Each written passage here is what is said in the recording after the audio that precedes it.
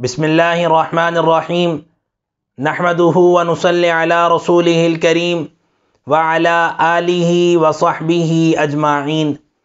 السلام علیکم ورحمۃ اللہ وبرکاتہ۔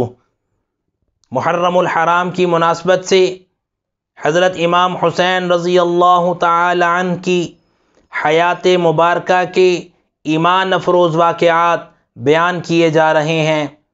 چنانچہ بچپن میں امام حسن اور امام حسین رضی اللہ تعالی عنہما کچھ بچوں کے ساتھ ایک کھیل کھیلا کرتے تھے۔ اس کھیل کا نام مداحی تھا۔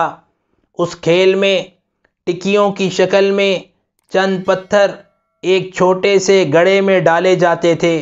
جس کا پتھر گڑھے میں ڈل جاتا وہ جیت جاتا، اور جس کا پتھر گڑھے سے باہر گرتا وہ ہار جاتا، اور جیتنے والا ہارنے والے کی کمر پر سواری کرتا۔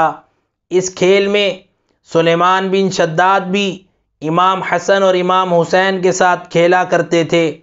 جب سلیمان بن شداد جیت جاتے تو امام حسن اور حسین ان سے کہتے، تم یقیناً اس بات کو پسند نہیں کرو گے کہ تم رسول اللہ صلی اللہ علیہ وسلم کے نواسوں کی کمر پر سوار ہو۔ اور جب سلیمان بن شداد ہار جاتے تو امام حسن اور حسین رضی اللہ تعالی عنہما ان سے کہتے، تم اس بات پر اللہ تعالیٰ کا شکر ادا کرو کہ تمہاری کمر پر رسول اللہ صلی اللہ علیہ وسلم کے نواسے سوار ہیں۔